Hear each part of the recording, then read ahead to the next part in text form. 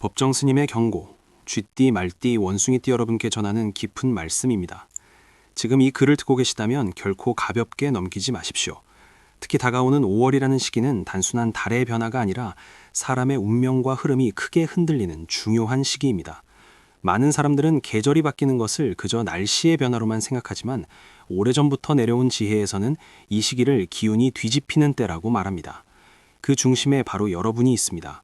쥐띠, 말띠, 원숭이띠, 이 세 띠는 올해 특히 강한 기운의 영향을 받게 되며 그 중에서도 5월은 가장 큰 갈림길이 되는 순간입니다. 법정 스님께서는 생전에 늘 이렇게 말씀하셨습니다.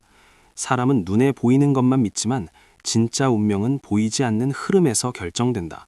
이 말의 의미를 이해하는 사람은 많지 않지만 지금부터 드리는 이야기를 끝까지 듣는다면 그 의미를 분명히 깨닫게 될 것입니다. 5월에는 특정한 장소에서 만들어지는 탁한 기운이 극대화됩니다. 이 기운은 평소에는 크게 문제를 일으키지 않지만 특정 띠와 특정 시기가 겹칠 때는 그 영향이 몇 배로 증폭됩니다. 특히 쥐띠는 본래 재물 감각이 뛰어나고 작은 기회도 놓치지 않는 성향을 가지고 있지만 이번 5월에는 그 예민함이 오히려 독이 되어 잘못된 판단으로 이어질 수 있습니다. 말띠는 활발하고 움직임이 많은 기운을 가지고 있어 외무 활동이 많을수록 운이 살아나는 경우가 많지만 이번 시기에는 오히려 움직임이 많을수록 좋지 않은 기운과 마주칠 확률이 높아집니다. 원숭이띠는 빠른 판단과 지혜로 위기를 기회로 바꾸는 힘이 있지만 이번 5월에는 판단이 흐려지고 사람과의 관계에서 예상치 못한 문제가 생길 수 있습니다. 그렇다면 법정 스님께서 그토록 경고하신 그 장소는 무엇일까요? 그것은 단순히 지도 위에 표시된 특정 위치가 아닙니다. 바로 기운이 막히고 정체된 공간입니다. 오래된 물건이 쌓여 있고 빛이 들어오지 않으며 공기가 순환되지 않는 장소, 그곳에는 사람의 기운을 갉아먹는 탁한 흐름이 머물러 있습니다.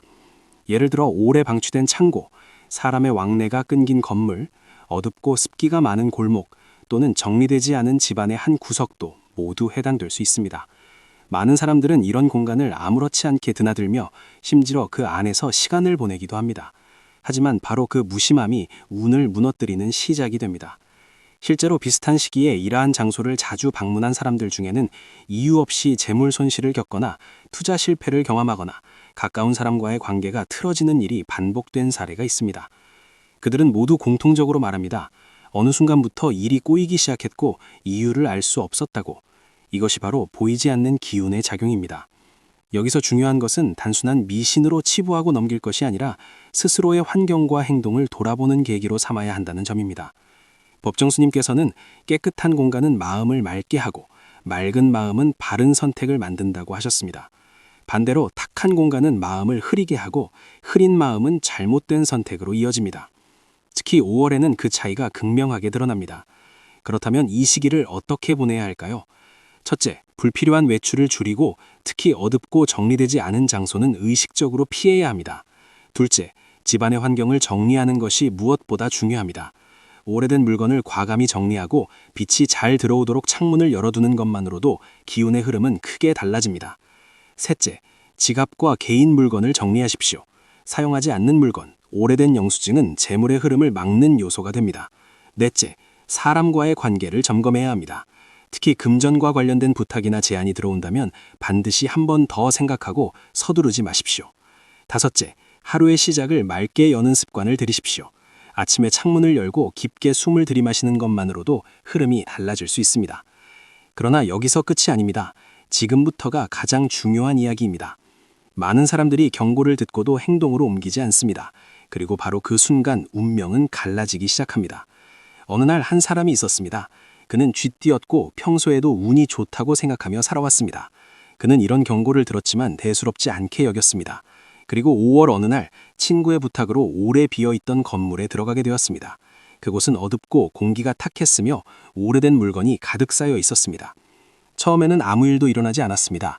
하지만 그날 이후로 이상한 일이 시작되었습니다.